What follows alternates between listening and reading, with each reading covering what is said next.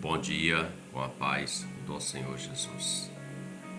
Romanos capítulo 11, verso 29 declara assim: porque os dons e a vocação de Deus são sem arrependimentos.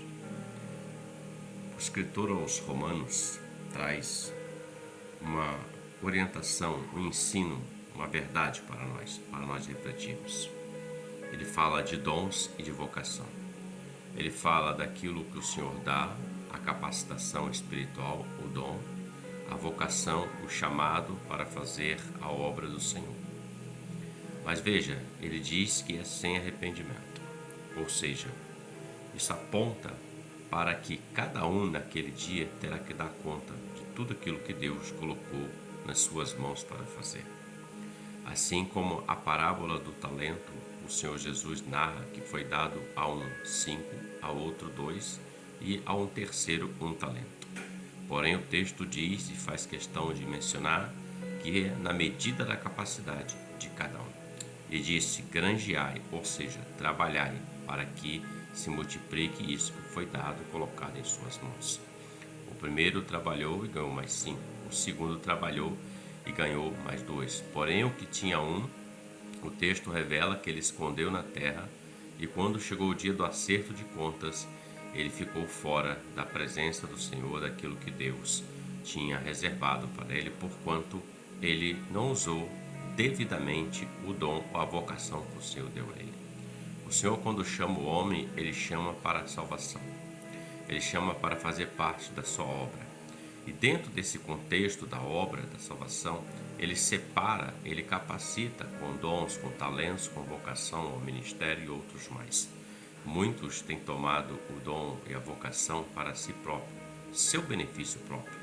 Mas Jesus fala e falou aos apóstolos, e fala à igreja que representa os apóstolos e a nós também, que de graça recebeste, de graça dai.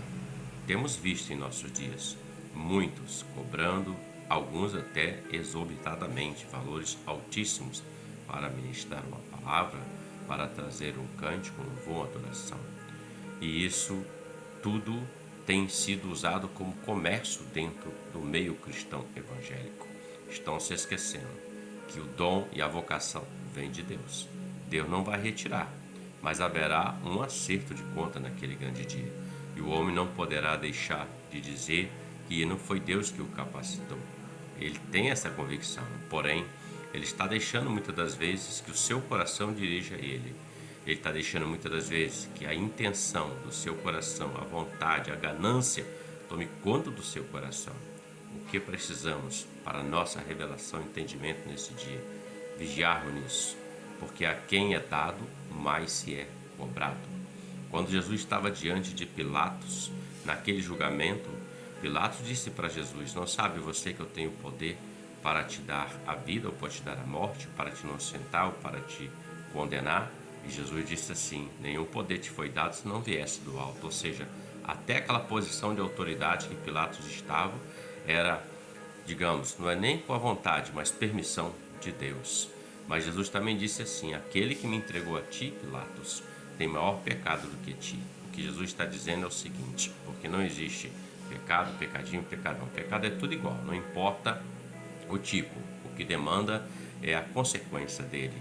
Jesus está dizendo para ele o seguinte: aquele que me entregou a ti, ou seja, Anás, Caifás, o sacerdote, o sumo sacerdote, a elite sacerdotal de Israel naquele tempo, eles conheciam a palavra, eles sabiam que os fatos que estavam acontecendo se dizia o Messias que era ele, mas ele entregou a Pilatos, portanto o peso dele é maior. Então vigiemos, cuidemos, porque a vocação, o dom, o talento, a graça que Deus tem dado a nós, de fato é favor imerecido, mas isso tem que ser usado da forma correta, para a glória do nome do Senhor. Deus te abençoe. Ótimo dia para você, com a paz do Senhor Jesus. Amém.